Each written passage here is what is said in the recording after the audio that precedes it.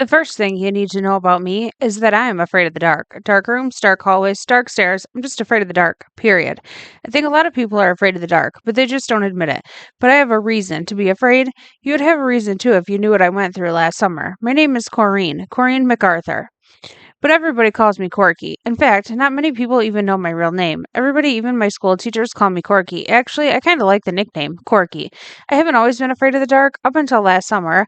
I don't think I was afraid of the dark at all, but something happened last summer that changed all that. It was in the middle of June, and school had just gotten out. It was the beginning of summer. I love summer. The days are longer and warmer, and there's so much to do. We live in Gaylord, which is a small city in the middle of northern lower Michigan. Gaylord is called the Alpine Village. A lot of buildings in town are built to look like the buildings in Switzerland, and every summer there's a big festival called Alpenfest. Thousands of people come from all over to celebrate. It's pretty cool. In the summertime, I get to stay out late. Well, later than we get to stay out during the school year. All of my friends on the block get together and play yard games like kick the can and ghosts in the graveyard. We play till long after dark. On this particular night, there was about 10 of us playing outside. It had just gotten dark and the streetlights was on. We had just finished playing a game, and my friend Ashley and I were sitting on the curb watching giant June bugs swarm around the streetlights. June bugs are noisy. They sound like airplanes flying through the sky. Their wings clap like playing cards, clipped between bicycle spokes. Well, I'd better get home, Ashley said. I'm supposed to be home by 10. See you later, I said, standing up. A lock of my black hair fell in front of my face, and I brushed it away. I started walking across our yard, then I stopped and turned back around. You want to go to the park with us tomorrow? Asked Ashley. We don't live too far from the park. There's a creek there and a big field. I like to wade in the creek and catch crayfish. Ashley thinks they're gross, but we always have a lot of fun. She stopped and turned. Yeah, sure, she replied. See you at the park in the morning. And with that, she turned and began walking home. She lives only a few houses down from us. The night was unusually dark. There was no moon, and the day had been cloudy. The sky above had no stars, but the street light lit up everything in the yard. I was almost to our porch when all of a sudden everything went black. The lights, all of them, went out. The street lights, the porch light, all of the lights in our house, even the lights in the other houses on the street went out. I was in total darkness. Chapter 2. Now remember, at this time, I wasn't afraid of the dark. It sure was just strange that all the lights went off like that.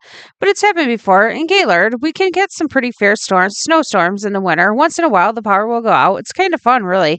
Dad will light a fire in the fireplace, and sometimes we even cook hot dogs and marshmallows. It makes me wish we had snowstorms more often. But this was the middle of summer. It was strange that the power just went off like that, and it was dark. It was darker than I had ever seen before. I couldn't see the porch 10 feet in front of me. I couldn't see any trees. I couldn't see anything. I stopped dead in my tracks. I didn't want to accidentally smack into the porch or into a tree. I turned looking down the street, or where I thought the street should be. It was far too dark to see the street or any street signs. I wondered what caused all the lights to go off. Maybe there was a problem at the power plant. Maybe the whole city was out of power. All of a sudden, I heard Ashley's voice calling out, "Corky!" She shouted, "Are you still outside?" Her voice echoed down the street. "Yes," I shouted back. "It sure is dark," she hollered. Like, duh, I replied loudly. "It's a power failure. I don't see any lights on anywhere. I can't even see my own house," she shouted. "Me neither," I shouted back, "and I'm only 10 feet away from it." "Too bad it isn't Halloween," she laughed. Ashley has this really funny giggle, and it sounded even funnier echoing down the street. It was like there was 2 or 3 Ashleys laughing. It sure was strange standing here in the dark and talking to her without being able to see her. "Well, I'm going to try and make it to my house," she said, "but it's so dark, I can't even see my nose." "Be careful of Mr. Hansel's house," I said loudly. "I heard that he eats kids." "Knock it off," she shouted back to me. "That's just a story. Mr. Hansel is a strange man that lives in the house next to Ashley's. We hardly ever see him, and he only leaves his house at night. Someone made up a story that he eats children, but I've never believed it. What's even weirder is that Mr. Hansel has a fenced-in backyard, but it's not just a fence. It's a wooden fence. It's almost 8 feet tall, and you can't even see through it. There's no telling what he has in his backyard. Some people say that there's an old graveyard back there. Other people say that they hear strange noises coming from behind the fence, but they don't know what they are. One of my friends at school swears that he saw Mr. Hansel actually climb over the fence. That would be almost impossible. I mean, Mr. Hansel is old, and the fence is taller than he is. There are other stories, too. Some people say that Mr. Hansel is a troll that can turn into any kind of animal that he wants, but those are just stories. Nobody can do stuff like that. Now, when I was little, I used to believe the stories. I thought that they were real. I've only seen Mr. Hansel a few times. He's got messy gray hair, and he stoops forward when he walks. And he's always got a mean look on his face. At least whenever I've seen him, he's got a mean look on his face. Mr. Hansel doesn't look like a nice man. In fact, he looks scary and mean. "I'll see you later," Ashley shouted one final time from a few houses down. Later, I shouted back, and I began walking carefully through the darkness to the porch. In the next instant, a shrill scream pierced the dark night. It was a long, painful wail that echoed up and down the street. Ashley? Chapter 3. Ashley's scream rang down the block, echoing like the Grand Canyon. Ashley, I screamed, what's wrong? But she didn't answer me. She just screamed and screamed and screamed. Suddenly, her screaming stopped. Her voice was cut short like someone or something had stopped her. What could I do? It was too dark to see anything. But I had to help Ashley. Something had happened, and I was sure that she needed help. Ashley, I called out, taking a few brave steps in her direction. I strained my eyes to see her, but it was no use. It was just too dark. Ashley, I called out again. No answer. What had happened to her? I began walking faster, hoping that I wouldn't trip or smack into something in the dark. I walked across our driveway and then felt my sneakers sink back into the squishy grass. I took a few steps and stopped. I could hear moaning coming from the next yard. It was muffled and soft, and it was hard to hear, but I knew who it was. Ashley. She was hurt. Without thinking, I took off running blindly through the dark. Ashley, I shouted, where are you? Where are you? More moaning. I took off running again, but I didn't get far. I had only taken about 4 steps when my foot caught on something and I stumbled. Falling forward, I raised my hands out in front of me as I fell and hit the ground with a heavy thud. Oof, I said as the wind was knocked out of me. Ouch, Ashley groaned. I had tripped over her. Are you okay? I said, getting to my knees. Yeah, I think so, she said. Her voice was tight and I could tell she was hurting. But it didn't help when you ran into me. Well, how was I supposed to know that you were on the grass? I snapped. It's so dark I can't see a thing. All of a sudden, a loud pop filled the air, and all the lights came back on. The street light in front of our house shined brightly in the night, and windows from houses glowed in creamy yellow. And for the first time, I realized we were in Mr. Hansel's yard. I stood up and walked over to Ashley. There was blood on her leg, just above her knee. She had a nasty scrape. Yuck, I said. Does it hurt bad? It did for a minute, she answered. For a minute, it really hurt bad. Hold on for a second, I said, peering at the wound on her leg. Look, it almost looks like you've been bitten by something. Ashley kneeled forward, looking at the scrape on her leg. There appeared to be 2 deep gashes, bite marks that had punctured the skin. That's gross, she said. It's gross and it hurts. What did you scrape it on? I asked, turning. That, Ashley pointed, right there. I turned and looked at the shadowy form she was pointing to. I hadn't seen it earlier. Actually, I didn't remember ever seeing it there before. In fact, I was certain that I hadn't seen it before. I walked closer to the object. It was about half my height and about as big around as a beach ball. What in the world? I thought. But when I got closer, I knew what it was. A gargoyle? Chapter 4. I drew a sudden quick breath and covered my mouth with my hand. A gargoyle. Not a real gargoyle, of course, but one of those stone ones that you see in gardens. They're just statues, but some of them sure look real. And this one looked very real, that's for sure. It was all gray, made out of cement. It had a fat face with a pudgy nose. Sharp, piercing eyes glared back at me. In its mouth were 4 angry fangs, 2 on the top and 2 on the bottom. 2 thick wings grew from its back. The gargoyle was in a hunched position, as if it was about to fly. What is it? Asked Ashley. Finally, getting to her feet, she held one hand near her wound as she limped back toward me. A cement gargoyle, I replied, still staring at the statue. I knew it wasn't real, but it just looked so weird. It looked so real, even though it was only made of cement. I kept staring at it. I had never seen it in the yard before. Ew, that's gross, Ashley said as she stopped at my side. What would Mr. Hansel be doing with a gargoyle in his yard? Who knows, I replied. Nothing that Mr. Hansel does makes any sense anyway. I couldn't stop staring at the statue. Something in its mouth caught my attention. Suddenly, I knew what it was. Ashley, look at that, I said quietly. Look in its mouth. Ashley leaned closer. What? She asked. Look in its mouth, I repeated. Look at its teeth. She bent closer. That's even more gross, she said loudly. Shivering, on one of the teeth, a tiny blood stain remained. Ashley's blood. That must be where I ran into him, Ashley said, glancing down at the wound on her leg. Yeah, I replied, either that or he bit you. As I said the words bit you, I suddenly grabbed Ashley with both hands around her waist. She shrieked and doubled over. We both laughed and laughed. I gotta go, she finally said. She bent her head down, inspecting the wound on her leg. I've got to get this clean before it gets infected. And before you get bit again, I laughed. Ashley laughed too. See you tomorrow, I said, and I watched her as she walked across the darkened yard toward her house. When I saw her shadow reach her porch, I hollered out, Bye, I shouted. See you tomorrow, she said. I heard the front door of her house open, and light streamed out. The door closed with a thud. The night was quiet. Singing crickets filled the air, and the sound of cars traveling on nearby Otsego Street were the only things I could hear. And so, as I stood in the dim light of the street lamp, the sound of fluttering wings close by caused me to nearly jump out of my skin. I spun, and what I saw almost made me faint. The cement gargoyle that had been sitting in the yard had taken flight. It was enormous. Its wings beat the air like a giant owl, and it spun through the sky with the speed of a bat. I couldn't believe what I was seeing. The gargoyle swung out of sight in the shadows, and suddenly came back into view as it dipped beneath the street light in front of our house. Then it wheeled back around, its wings outstretched, swooping through the sky. I could only see its shadow, but I didn't need to see any more. It was flying flying fast, zipping through the night sky like a mad hornet. I could hear its wings pounding the air like a drum. Wah whoosh, closer, wah whoosh, closer, wah whoosh, closer still, and no, it was coming for me. Chapter 5. The gargoyle was only a few feet from me when I dove to the grass, face first. I held out my arms in front of me to break my fall, then I rolled sideways. I could hear the huge beast swoop over me and pass by. Whew, had been close. But there was still danger. The gargoyle was still in the sky, and he was coming after me. I couldn't see the creature, but I could still hear the thundering of wings as the gargoyle spun into the air above me. I started rolling on the grass, hoping that if I kept moving, the awful creature wouldn't be able to get me. The grass was dew-covered, and it soaked my skin and my clothes. I kept rolling frantically, twisting and turning, rolling to who knows where. I just wanted to keep moving away from the gargoyle. This was crazy. There's no such thing as gargoyles, not real ones anyway. Gargoyles are just make-believe, like fairy tales and cartoons and elves. They aren't supposed to be real. Are they? I kept rolling, but I could still hear the thunder of wings above me. I knew that the gargoyle was only a few feet overhead. I hit something and it stopped my roll. A tree. I had rolled into a tree. I leapt to my feet, clenched my fist, anxiously scanning the sky, searching for the gargoyle. This was impossible. Worse, it was unbelievable. A stone gargoyle had come to life and was flying around. I thought this stuff only happened in the movies. It certainly wasn't supposed to happen in Gaylord. I saw the gargoyle fly by again, and I ducked behind the tree. I could hear a loud flapping of wings as the beast circled the tree over and over again, around and around. Then, as quickly as it had attacked, I heard it flying away. I saw its shadow as it flew toward the streetlight. Then it flew off and up into the night. Soon, the only sounds I heard were crickets and the gentle hum of cars from downtown. Was the gargoyle gone? If he was, where did he go?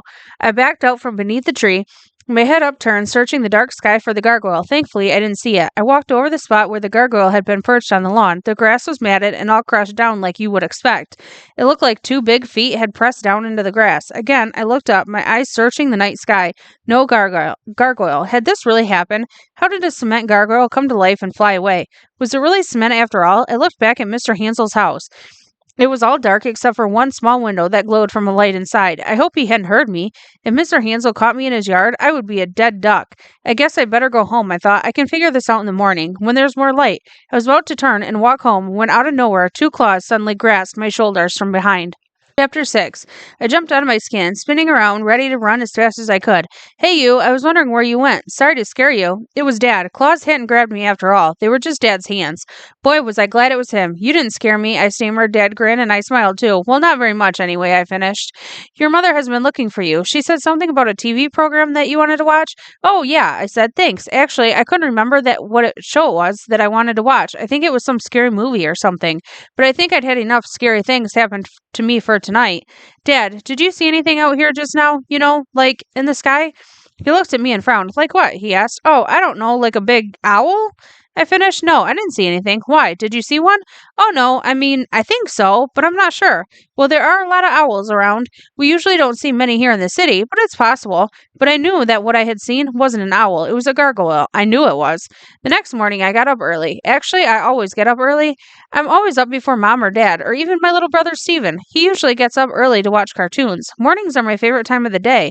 Most of my friends tell me that they like to sleep in, but I don't. I like to get up early. It's the only part of the day that's so quiet and fresh and new. Nobody bugs me about anything. How could they? They're still sleeping. And this morning, I had completely forgotten all about last night until I went outside. The birds were singing, but the sun wasn't quite up yet. The air was crisp and clean and a bit cool. I was glad I had put on a heavy sweatshirt. I jumped off the porch, found my bike in the garage, and hopped on it. A bike ride around the block and down by the park would be fun, even this early in the morning.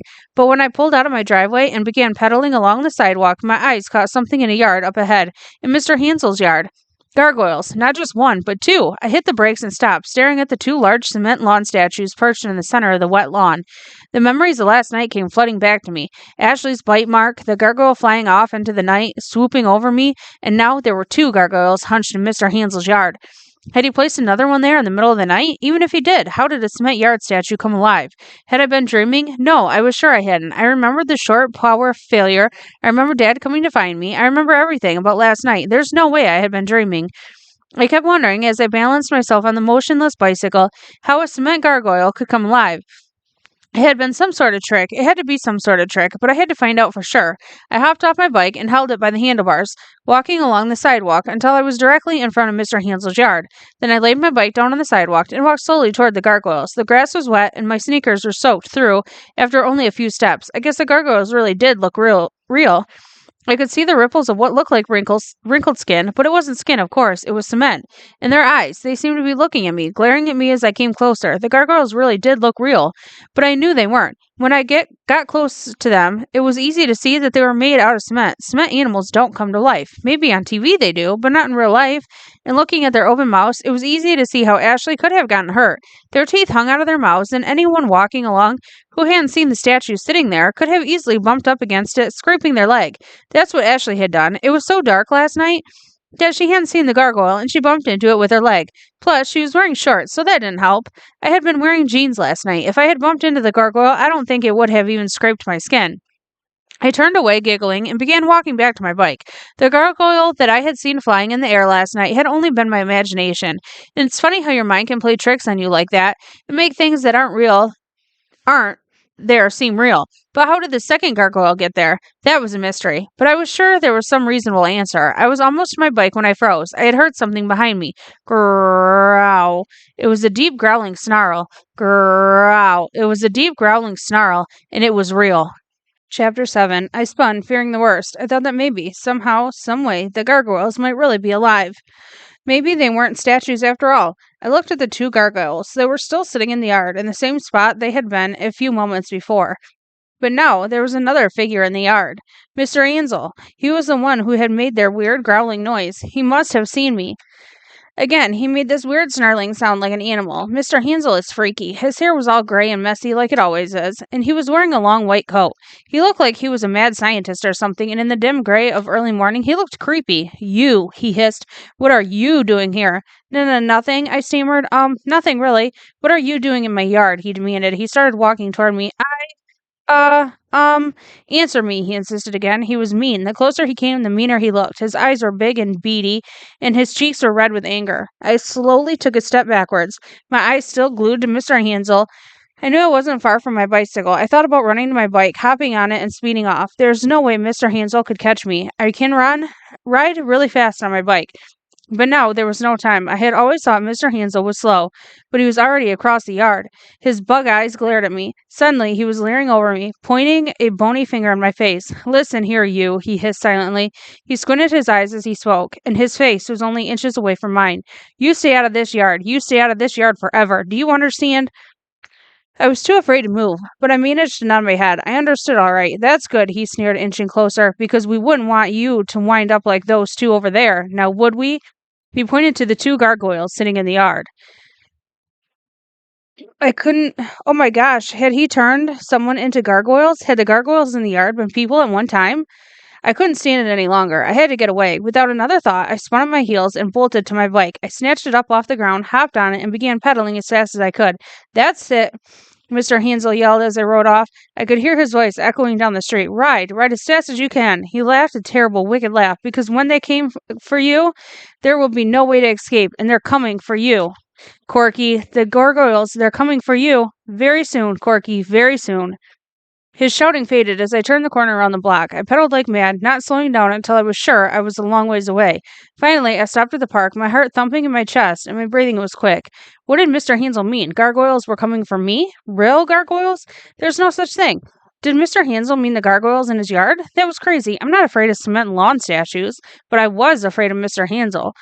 The way he looked at me like he did, he looked freaky. He scared me more than any gargoyle would. I wasn't afraid of a silly statue. But that night, something awful happened that changed my mind. Chapter 8. Here's what happened. Later in the morning, I went to Ashley's house. We rode our bikes all the way to Mossback Creek, which is about 2 miles from where we live. I told her about what had happened early that morning in Mr. Hansel's yard. You were kidding, she said, her eyes wide. I shook my head. Nope, I said he was really freaky. All of those stories we've heard about him, maybe they're true after all. But what did he mean when he said that the gargoyles were coming to get you? Ashley asked. I think he was trying to scare us. I said, I think he just wants us to stay out of his yard. He doesn't have to tell me twice, Ashley said, pointing to the scrape on her bare leg. Actually, she wasn't hurt that bad. There was just a red scrape mark on her skin where she had bumped into the cement gargoyle. It could have been a lot worse. She could have broken her leg if she'd hit the statue any harder. But there is something else I haven't told you, I said. When I explained to her what I saw last night, the flying gargoyle, she cringed. Are you sure? She asked, eyes wide, her voice just above a whisper. Well, I guess I don't know, but I was sure at the time. It really scared me. Do you think it was real? She replied. I shrugged. It sure looked real. It flew all around the yard and under the streetlight. It was huge. I could hear its wings beating the air and everything. It looked like it was a real gargoyle. But there's only one way to find out. How? Ashley asked. Well, there's something going on at Mr. Hansel's. We don't know how that gargoyle got into his yard in the first place. And this morning, there were 2 gargoyles in his yard. Whatever is happening, it's happening at night. The only way to... No, Ashley interrupted sharply, shaking her head so hard that her blonde hair slapped her cheeks. No way. I know what you're going to say, and the answer is no. N-O. No. It's the only way to find out what's going on, I insisted. We have to stay up. We have to stay up and keep an eye on his yard. We have to watch what happens tonight. What if something really is going on? Ashley cried. What if the gargoyles really are real? That's what we have to find out, I replied. Are you with me? Ashley was quiet for a long time. Then she looked at me. Do we have to go into Mr. Hansel's yard? She asked. No, I answered, shaking my head. We can stay out of his yard, in the bushes. I'll bring a flashlight. If something happens, we can run. Ashley was quiet again. She clearly didn't like the idea. Come on, I urged. We have to find out. Besides, we'll both be close to our homes. If something happens and we get into trouble, we can run. We'll be able to get away. I tried to sound as convincing as I could. I really wanted Ashley to come with me. I didn't want to be out alone at night, spying on Mr. Hansel's house all by myself.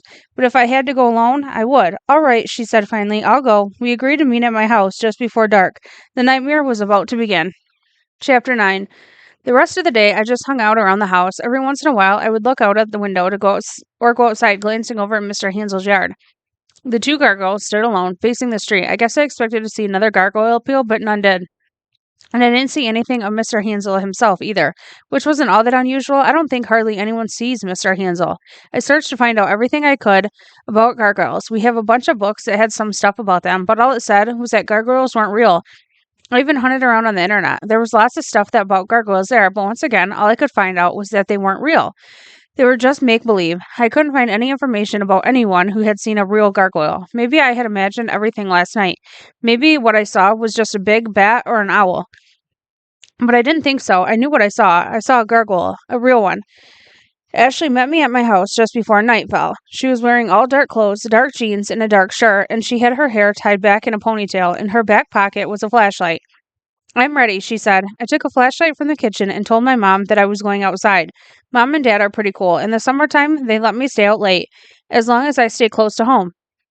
She went outside and waited. It wasn't quite dark yet, so we sat on the porch and talked about our plan. We'll go over to those bushes over there, I pointed. No one will see us if we crouch down low. From there, we'll be able to see Mr. Hansel's yard. But those bushes are in Mr. Hansel's yard, Ashley said. I know, but it's the only place that we'll be able to hide without being seen. I'm not so sure about this, Ashley said quietly. You're not backing out now, are you? I asked sternly. I didn't say it to be mean. As it grew darker, even I was having second thoughts about this whole thing. But then again, I really wanted to find out what was going on in Mr. Hansel's yard. No, I'm not backing out, Ashley answered. I don't know. I guess I'm a little afraid. Me too, I confessed. But we'll be all right, I promise. Night came and it grew darker. The sounds of the city began to change. The hum of cars from the busy street on the next block became deafened. Every minute or so, we heard the high-pitched squeal of a bat as it darted through the sky in search of bugs. A nighthawk screeched high above. Most of the other kids that had been playing in the yards went inside. One by one, crickets began to chirp, and soon the air was filled with the soothing buzz of the unseen insects. I looked at Ashley. Ready? I asked. She drew a breath. Ready, she said, standing up. It only took a few seconds to slip across the dark yard and duck into the bushes. We tried to be as quiet as we could, not sure if anyone was watching us or not. It felt creepy being so close to Mr. Hansel's house like we were. If he found us, we'd sure be in a lot of trouble. Even though it was dark, it was still lighter than it was last night. Tonight, the moon was out, and it cast an eerie glow over everything. The sky was dotted with millions of stars, and it was getting colder. I don't know how long we sat there in the bushes, not saying anything. We waited and waited, then we waited some more. We kept waiting. Nothing. I began to think that we were wasting our time. I was just about to tell Ashley that we'd waited long enough, that nothing was going to happen tonight. I opened my mouth to speak, and it was then that I heard the flapping of the wings. Chapter 10. The sound came from behind us, way up in the sky. Ashley and I could hear the heavy thumping of wings as they beat the air. Oh my gosh, Ashley whispered. You were right. Of course I was right, I said, my eyes scanning the night sky. I told you I saw something last night, something that flew. It looked like a gargoyle, but right now we couldn't see anything. It was too dark, and whatever was making the flapping sound was still high in the sky. Is it a gargoyle? Ashley whispered excitedly. I don't know. I whispered back. It's too dark to see anything. We were still hunched low in the bushes, peering out between the branches. We could hear the flapping of wings, but it was impossible to see where the sound was coming from. The only thing we knew was that whatever it was getting closer. Do gargoyles bite? Ashley stammered. How should I know? I answered back. Gargoyles aren't even supposed to be real. They're just make believe. Ashley and I were frozen, huddled in our hiding places in the bushes. We turned our heads to scan the night sky, trying to see where the flapping was coming from. There, Ashley suddenly hissed, pointing over there. She was right, in the sky. There was a huge, dark shadow. It looked just like the creature I had seen last night. I knew that it was a gargoyle. It swooped lower, gliding over the treetops and flying in a big circle overhead. Is it a gargoyle? Ashley asked again. She must have thought that I was an expert on gargoyles or something. It has to be, I replied. There isn't anything else that could be that big, not even an eagle. We watched the shadow loop in the sky above us. It darted back and forth and all around, skimming over the treetops. Once it flew beneath the streetlight and we were able to get a better look at it, it sure looked like a gargoyle to me. The creature soared back up into the night sky. Suddenly it dove almost straight down. It was as fast as lightning. There was a great fluttering of wings as the creature came closer to the ground. Closer, closer. Suddenly the flapping stopped. The shadow disappeared. We sat in silence, listening. Where had the gargoyle gone? Had it flown off? Maybe it had landed in a tree or in the grass. I'm going to turn on my flashlight and look in the yard, I whispered. Are you crazy? Ashley asked in a hoarse whisper. What if it's still around? What happens if it gets mad? Good question. I wasn't sure if I wanted to be face to face with a mad gargoyle. I wasn't sure if I wanted to be face to face with a happy gargoyle, for that matter. I was reaching for my flashlight when I heard a noise. Again, it was a fluttering of wings, but this time it was a lot closer. It's in the yard, Ashley hissed. It's right in front of us, in the grass. We could hear movement in the yard, not 20 feet away from us. It was the muffled sound of shuffling, like someone or something was walking through the grass. Then it stopped. Ashley and I listened. We could still hear the steady chirping of crickets. Oh, car horn blared twice in the distance, and the faint drone of a plane came from high in the sky. But other than that, silence. All was quiet. But I knew that whatever had made that sound, whatever had landed in the yard, was still there. I slowly drummed my flashlight, and Ashley pulled hers out of her pocket. On the count of 3, I said, 1. I raised my flashlight and pointed it through the bushes. 2. Ashley shifted on the ground and placed her thumb on the flashlight button. She looked at me and nodded. She was ready. 3. We clicked on our flashlights. The white beam pierced through the branches, scattering shadows all across the yard. In the middle of the yard stood a dark form, and I couldn't believe what I saw. My jaw dropped. Ashley and I both gasped. A wave of terror swept through my entire body. There was no mistake. It was Mr. Hansel, and he looked mad. Chapter 11. Our flashlight beams were trained right on Mr. Hansel as he stood in the yard. The gargoyle statues were next to him. It was plain to see that we had surprised him, and he didn't look the least bit happy about it. Oh my gosh, Ashley said. She didn't whisper either. She said it out loud and clear. Mr. Hansel started walking towards us. Hey, you kids, he sneered angrily. I see you in those bushes. Come out now. He sees us, Ashley whispered, her voice quivering. No, he can't, I whispered back. He knows where we are here, but the flashlights are blinding him. He knows where we are, but he doesn't know who we are. And it was true. As Mr. Hansel stormed towards us, he raised his arms to shield his eyes from the bright light. I know that we should have jumped up and run away then and there, but another movement caught my attention. One of the cement gargoyles on the lawn had moved. I was sure of it. It looked like it fluttered its wings just a little bit, then it was still again. But then I noticed something else. There were now 3 gargoyles in the yard. Last night there had been 1. Then, this morning, there had been 2. Now there were 3. Where were they coming from? There was no time to think about it now. Mr. Hansel was getting closer with every second. His unkempt gray hair stood up on his head. He was taking big strides now. I'd never seen him move so fast before. He had always seemed to be such a feeble old man. We've got to get out of here, Ashley cried. She was right. Mr. Hansel was only a few steps away. I snapped my feet and bolted out from bushes, followed closely by Ashley. Hurry, she cried, urging me on. I'll get you, Mr. Hansel shouted from behind us, but I knew we were faster than he was. At least I sure hoped we were. Shut your light off, I panted. Otherwise, he'll be able to see where we are. I clicked my flashlight off, and Ashley clicked hers off too. We ran alongside Mr. Hansel's house, along the high wood fence around his backyard, and through another yard. It was hard getting going because we had to keep our flashlights off. I kept hoping that I wouldn't run into something like Ashley had done last night. When I thought we were safe, a safe distance away, I stopped. Ashley bounded up next to me, her lungs heaving. I think we've lost him, I said, gasping for air. I hope so, Ashley said, falling to the ground. I don't think I can run anymore. Me neither. I heaved, tumbling to the grass. We listened closely for Mr. Hansel trudging after us. All we could hear were the normal sounds of nighttime in Gaylord, cars in the distance, and a few crickets. After a few minutes of rest, we were sure that Mr. Hansel wasn't after us. Maybe he had grown tired and went back home, or maybe he just couldn't see very well in the dark. Whatever the reason, I was glad that he had been able to get away. Did you see the gargoyles in the yard? I asked Ashley as I stood up. Ashley stretched and stood up too. Yeah, she answered. That totally freaked me out. Where are they coming from? I don't know, I answered. Like I said, gargoyles aren't even supposed to be real, but I know what I saw last night. And there was another gargoyle in Mr. Hansel's yard tonight. It was probably the one we saw flying around. What I want to know is what Mr. Hansel's doing in the yard. Beats me, Ashley replied. We began to walk home through the darkened yards. It was hard to see, and the distant streetlights on the other side of the houses didn't give us much light. Huge shadows sprawled across the yards. I didn't dare turn on my flashlight for fear that maybe Mr. Hansel was still out here somewhere looking for us. The thought of that weird old man chasing us gave me the creeps. I wonder if, Ashley started to say, but I interrupted her. Shh, I said, raising a finger on my lips. We stopped walking, and stood frozen, motionless. Did you hear that? I whispered quietly.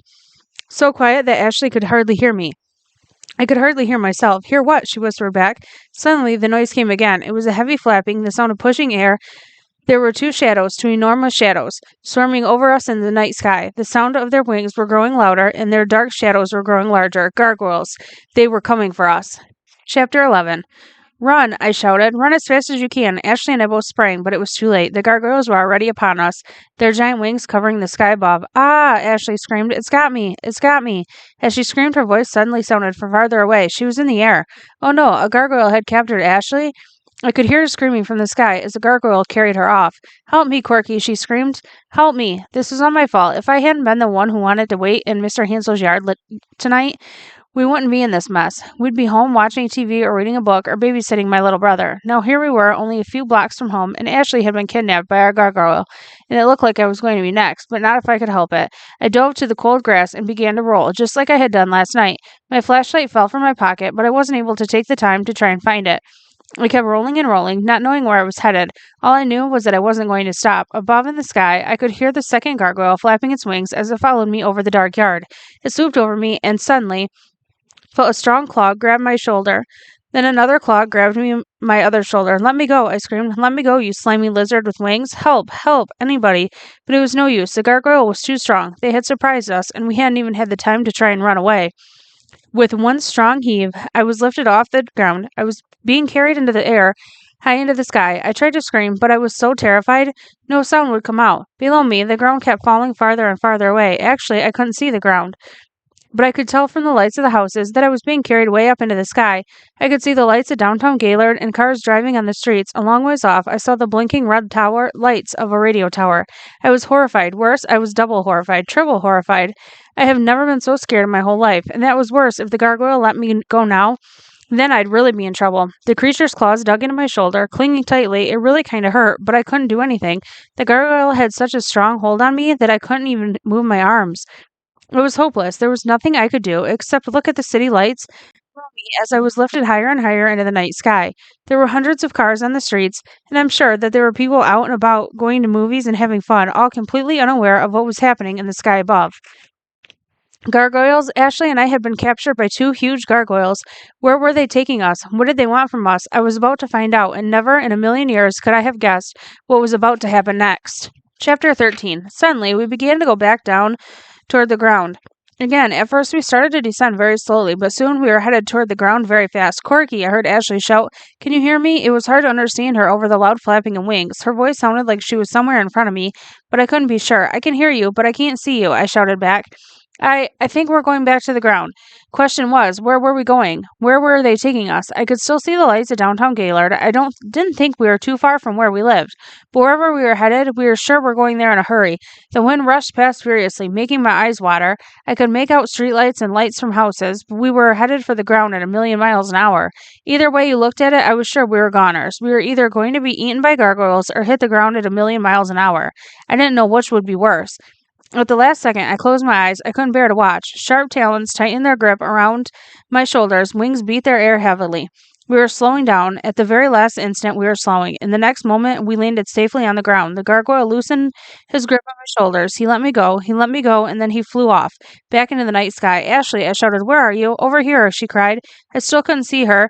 but I began walking in the direction of her voice. Keep talking so I can find where you are, I said. Over here. I'm over here.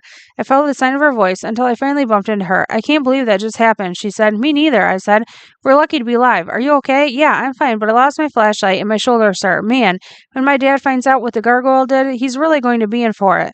I lost my flashlight too, I said, but we've got to get home. Come on. But then I noticed something very strange. As I looked around, no lights were on. There weren't any lights on anywhere. No street lights, no house lights, nothing. I looked up. I could see stars in the sky, but all around us it was very dark. Ashley, look. Look around. There's no lights anywhere. Ashley was quiet for a moment. Then she spoke. Well, maybe the power went out again, like it did last night, she said. Uh-huh, I responded, shaking my head. In the darkness, when the gargoyles were flying, I could see the lights of the city. I'm sure the power is still on. But where are we? I don't care, Ashley said. I just want to go home. But which way do we go? I asked. It's so dark I can't even see you. We might be in my backyard. Or yours, for that matter. We can't tell. Maybe if we just wait a few minutes until our eyes get used to the dark. Ashley said hopefully. We could see better, so we waited. I don't know how long we waited for, but I do know this. It was just as dark as it had always been. I couldn't see a thing. This is ridiculous. I said, wait a minute, Ashley said. Listen. We listened for a few seconds. I don't hear anything. I said, exactly, Ashley replied. Nothing. No crickets, no cars, nothing. There's nothing to hear. I listened again, trying to detect even the faintest sound. She was right. There was nothing to hear except the shuffling of our own feet and our own breathing in the cool night air. Too weird, I said, and for the very first time since the gargoyles had let us go, I began to feel that something was really wrong. For whatever reason, the gargoyles had released us. But where were we? At first, I thought that we were close to home. Now it seemed like we were far, far away. We're not even going to get home, Ashley pouted. Never get home? A voice suddenly hissed in the darkness. We both jumped. Did you hear that? I whispered. Yeah, But Ashley was interrupted by the strange voice. Never get home, it hissed, and it began repeating itself. Never get home, never get home, never get home. Where is it coming from? I whispered. It's coming from all around us, Ashley stammered. Then other voices began to join in. Never get home, never get home, never get home. There were dozens of them, whatever they were. Never get home, never get home, never get... Not only were there dozens of them, but they were getting closer. Chapter 14. The hissing and chanting continued all around us until it grew so loud that I threw my hands up over my ears. Ashley screamed, but I couldn't tell what she said, if anything at all. Suddenly, the air was filled with the sound of flapping wings. They were all around us, and although I couldn't see them, I knew there had to be hundreds of them, and I was sure I knew what they were. Gargoyles. Some of them sounded so close that I had to duck down. They all had took flight at the same time, and the thunder of flapping wings was deafening. I was afraid that another gargoyle would grab me by the shoulders and try and haul me off. I wasn't going to let it happen this time. Not if I could help it anyway. Thankfully, I didn't have to worry. Soon, all of the gargoyles had taken flight. Their wings beat the air high above, and the fluttering faded. Within a few seconds, it was quiet again. Just where in the world are we? I wondered. We still couldn't see a thing. Not a single light, nothing. Only the stars in the sky above, and we couldn't hear anything. We were swallowed up once again by an eerie silence. How can this be? Ashley wondered aloud. How can it be so close to home and not hear or see anything? I mean, we went up in the air when those gargoyles grabbed us, but I didn't think they took us that far. They didn't, I agreed. Something's fishy here. I don't know what it is, but something isn't right. Well, you got us into this mess, Ashley said with anger in her voice. What do we do now, Miss Gargoyle Hunter? Ashley was right. This was my fault. I was the one who insisted that we hide in the bushes next to Mr. Hansel's house. Now we were lost. Somewhere. We had to still be in Gaylord, I was sure. But then again, when we couldn't see or hear anything, we could be anywhere. I guess I don't know what to do, I admitted. I didn't think we'd have a problem like this. Okay, let's think about this for a second, Ashley said. We have to be close to home. I mean, the gargoyles took us high into the air, but they didn't take us very far from home. We have to be close to our houses. Wait a minute, I said. I thought I recognized our street when the gargoyles brought us back to the ground. But I also recognized Mr. Hansel's house. We might be in his backyard. Maybe so. Maybe we'd still see the lights of the city, I said. And house lights? All the houses on our street are fairly close together. We should be able to see a few house lights, no matter what backyard we're in. No, not necessarily, I responded. Remember, Mr. Hansel has a high fence that goes all around his backyard. We wouldn't be able to see through it if we tried. All of a sudden, we heard another voice. It was a strange hissing sound, more than a whisper, but a voice nonetheless. And it didn't sound human. Never get home, it said. I froze. Ashley grabbed my arm. Never get home, the voice said again. Who's there? I stammered. Never get home. Never get home. The voice spoke again, only this time it sounded closer. Ashley grabbed my arm tighter. What would we do? Was it a gargoyle? Was he going to hurt us? What do you want from us? I managed to ask. So many questions, the voice responded in the darkness. So many, many questions, yet so few answers.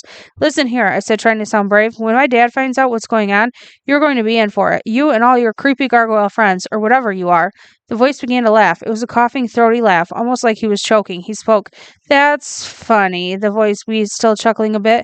"We don't get many laughs here in the Darkland." "Huh?" I said. "Darkland? Where is Darkland?" "Why, it's where you are at this moment," the voice hissed. "It is where we all live. Darkland, the land of the gargoyles. And now it's where you live. This is your home now, forever and ever and ever and ever." Chapter 15. I did not like this. I did not like this at all. It might have been little easier if we could see, but we were in total darkness. Everything was completely black. I knew that Ashley was by my side, only a few inches away, but I couldn't see her. Maybe that's why it was called Darkland. Are you going to hurt us?" Ashley asked. Her voice trembled as she spoke. "Me? No, not at all." The strange voice replied. "Certainly not I." "What is Darkland?" I asked. So far, all I knew about Darkland was that it was very dark, and gargoyles lived here. "Darkland is very, very old," the voice replied in a voice just above a whisper. "It has existed longer than time. It has always and always will exist. It is where all gargoyles are destined to live." "Who?" I asked. "Who are you?" "We are the Gargoyles of Darkland. Of course, this is our home." Maybe Ashley was getting braver, or maybe she wasn't believing the voice that spoke to us in the darkness, because she suddenly blurted out in a loud voice, "Gargoyles aren't real." Her voice echoed through the darkness and faded away. Then, silence. There was nothing but the silence of darkness, the silence of Darkland. "Yes, we are real," the voice answered slowly. "We are as real as you are. Darkland is real, and we are real." "Then how did we get here?" I asked angrily. Then, before the voice could respond, I answered my own question. "I'll tell you how. Gargoyles grabbed us and brought us here." "How do you explain that?" I was getting really mad. "Of course they did," the voice answered. "They captured you in your world and brought you to our world. It was your own fault, I'm afraid." "Our own fault?" I replied, my voice rising. "What do you mean it was our own fault? We did do anything wrong." "You didn't have to do anything wrong," the voice answered. "You were just in the wrong place at the wrong time. All we were doing was trying to find out where the cement gargoyles were coming from," Ashley offered. "We weren't doing anything wrong. I mean, come on, cement gargoyles aren't even real." "Oh, but they are. They are," the voice hissed quietly. "But you'll know all about them soon enough." What did he mean by that? Where were we going to meet up with more gargoyles? What was going to happen? I was about to ask, but I didn't have to. The voice continued. "You'll know soon enough. Soon enough, you'll be just like us. Soon enough, you too will be a gargoyle. You'll be one of us, living in Darkland forever and ever and ever." I screamed. Ashley screamed. We screamed and screamed, hoping that somehow, someone would hear us. We thought that maybe, somehow, some way, someone would come and save us. No one did. We were alone. Alone in Darkland, with hundreds, thousands, maybe even millions of gargoyles. Chapter 16. I was wrong. We weren't alone. Of course, there were all of the gargoyles that lived in Darkland. They were around somewhere. I had no idea where they had gone, but they couldn't be too far away. But all of a sudden, a light appeared. It looked like a flashlight sweeping back and forth. Maybe someone was coming to save us. Maybe Dad was looking for us. But then again, maybe not, because the voice I heard next was certainly not my dad's. "I know you're here," a gruff voice spoke angrily. "Mr. Hansel, how did he get here?" Actually, when I thought about it, he was probably their king. He was probably the king of the gargoyles. Well, maybe not. "You are here somewhere," he bellowed, only this time he was a lot closer. "Run!" Ashley shouted, and I heard her feet pound the ground. I took flight as well, following the sound of Ashley's pounding footsteps. This was dangerous. We were running in the total blackness, unable to see where we were going. Behind us, I could still hear Mr. Hansel shouting, but he sounded a lot farther away. "No," he was screaming. "You mustn't run. Don't run." Suddenly, Ashley screamed. Her voice was loud, and when it quickly faded away, when I realized what had happened, it was too late. The unthinkable had happened. Ashley had fallen. Not only that, but I could hear her voice as it plummeted down a deep canyon. She had fallen off of a cliff. I tried to stop running before I fell too, but it was a little too late for that. The ground suddenly fell away, and there was nothing beneath my feet. Wind rushed past my face as I tumbled through the air.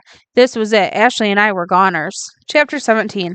I could hear Ashley's frantic screaming below me as she continued to fall. Warm air rushed past as we continued falling, faster and faster. I closed my eyes. We fell for a few more moments, and I got brave and opened up one eye just a little bit. Something was happening as we fell faster and faster downward. I opened both eyes slowly, very slowly. The darkness faded away. It seemed the farther we fell, the lighter it became. The darkness was giving way to a strange yellow glow, like daylight. I could actually see Ashley below me as she fell. And I could also see something else. Water. We were falling toward a lake of some sort. It was racing toward us, and there was nothing we could do. I wished I wouldn't have opened my eyes. By now, Ashley had stopped screaming. I think she was trying, but she had already screamed her lungs out. I was too horrified to scream. I knew that if I tried, not a single sound would come out. Below us was the water, was quickly approaching, faster, faster still. In a few seconds, we would hit. Oh, how I wish I was home in bed, or curled up on the couch with a good book in my own living room, In my own home, I caught movement out of the corner of my eye and turned my head. Now I did scream. It was a gargoyle, the biggest gargoyle I had ever seen. Of course, I hadn't seen a lot of gargoyles, but this one was huge, and he was coming right at me. It was horrible. I was either going to hit the ground at a billion miles an hour, or I was going to be eaten by a gargoyle. Below me, another gargoyle appeared in the sky. He was going for Ashley. We were going to be meal deals for gargoyles. The gargoyle swooped down and around and dove it around, tried to grab Ashley, but it missed. I suddenly thought about how strange my life had become. Not more than an hour ago, I had been at home in Gaylord, safe and sound. Now I was in Darkland, home of the gargoyles. Some things are just too strange to understand. The gargoyle that tried to catch me suddenly flew right under me. He tried to grab my legs, but I kicked and twisted away from him. I could see his sharp claws as he reached up to grab me, and I twisted just in time before a razor-sharp talon would have caught me in the arm. But now we had another problem. We were going to hit the water. We were going to hit the water, and there was nothing we could do about it. I could see the shimmering blue surface below coming at me faster, faster still. This was it. We were done for.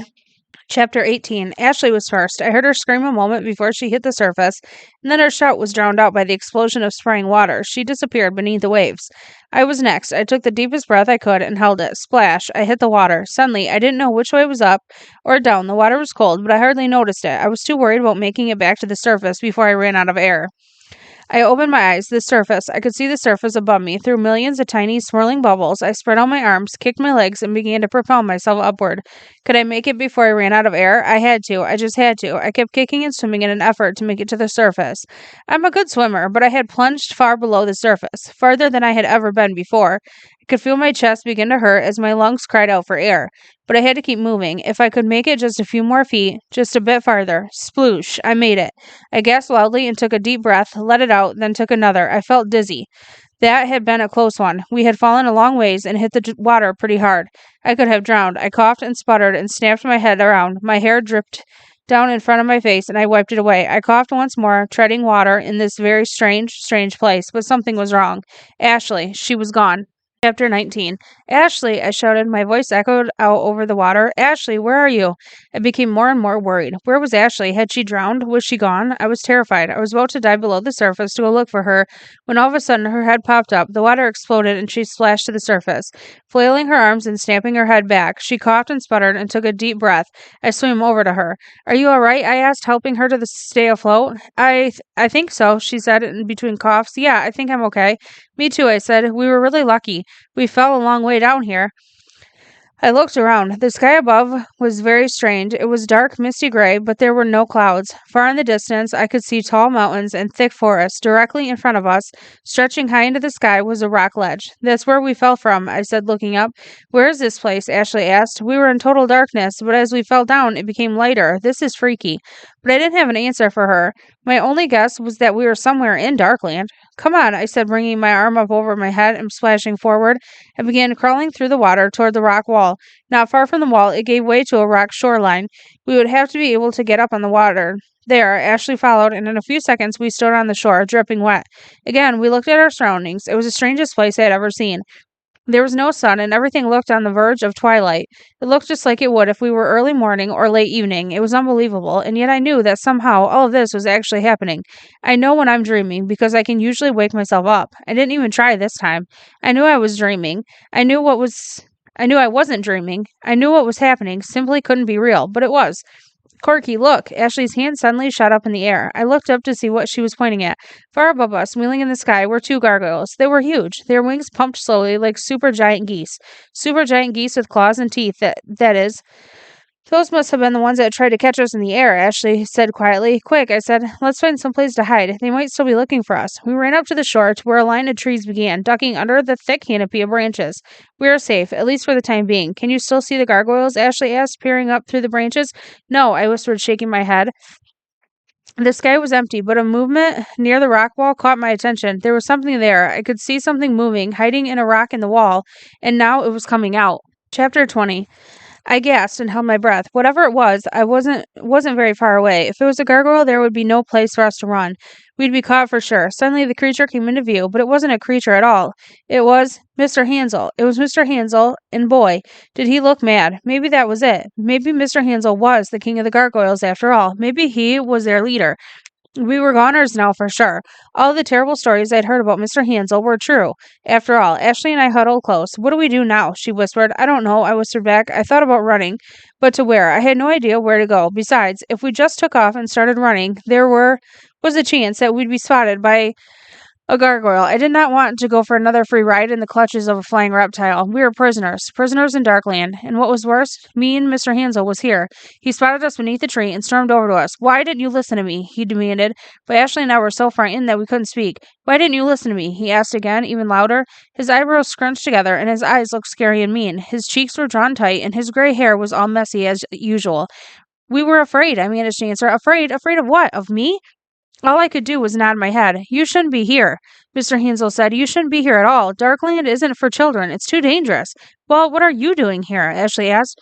I am the gate watcher of Darkland, he replied very matter-of-factly. When he didn't offer any further explanation, I spoke.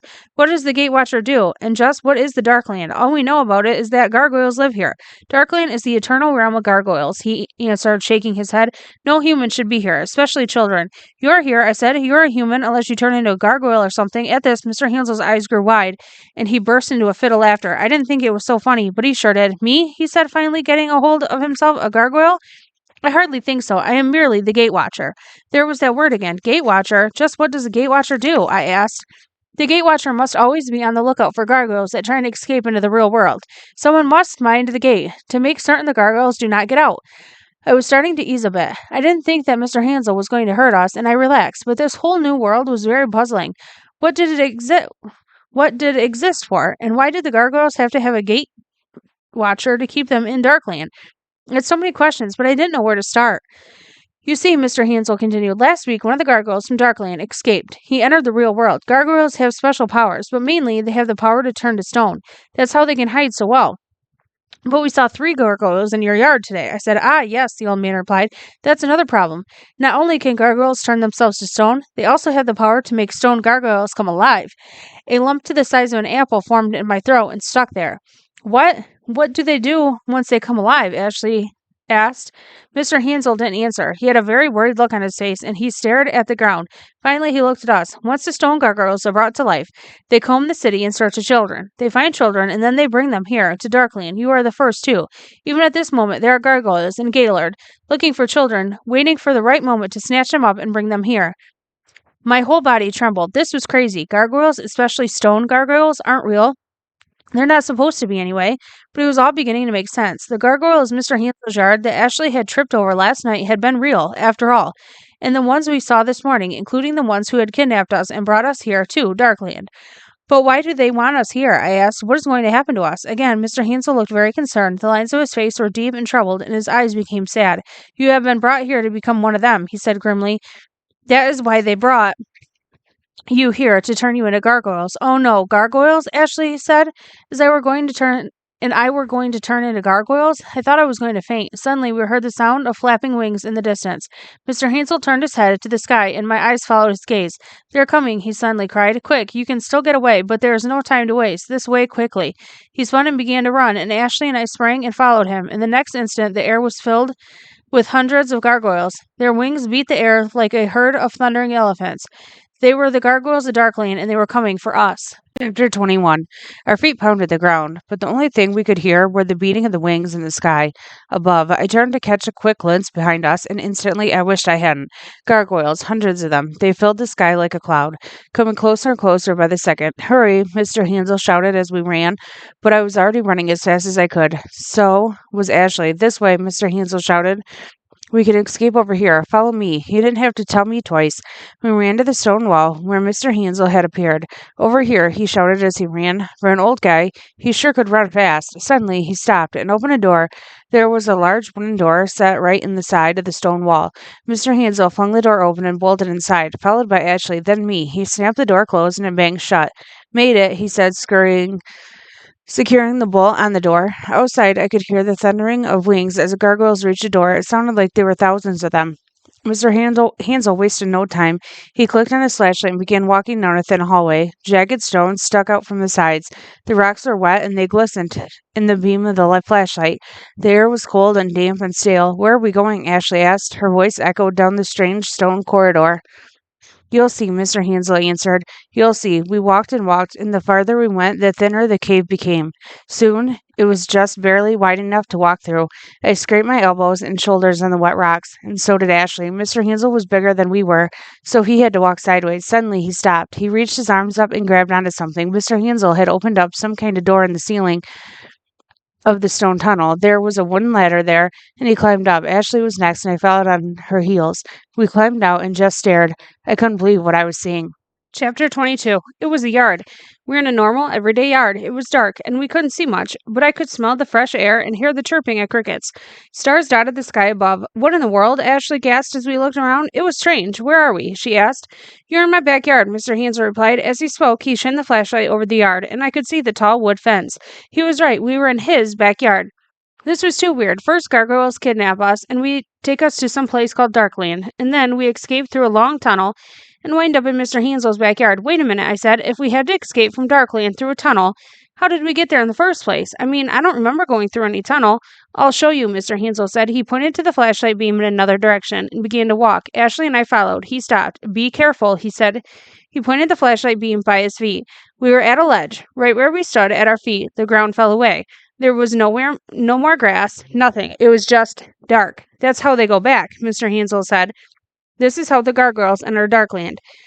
We just stared. The flashlight beam swept through the darkness below us, but there was nothing to see, nothing but pitch blackness. Is this why you built the fence? I asked. Yes, Mr. Hansel answered. When I first moved here years ago, it was just a normal yard. Then one night, this big hole just opened up. Shortly after that, I began to see the gargoyles. They were coming out of the hole over there. He pointed the flashlight beam at the hole we had come out of, and they would return by flying into the dark hole over there. Again, he shined the light over the ledge before us. But why did they have to climb out through the tunnel? Ashley asked. Can't they just fly back out of the big hole? I thought so, Mr. Hansel replied. But they can't. I don't know why. All I know is that they escaped through the tunnel, and the only way they can return to Darkland is to fly back over this ledge. In this yard, it's always dark, even during the day. You probably noticed that as you fell toward the water, things became lighter and lighter. That's how Darkland hides.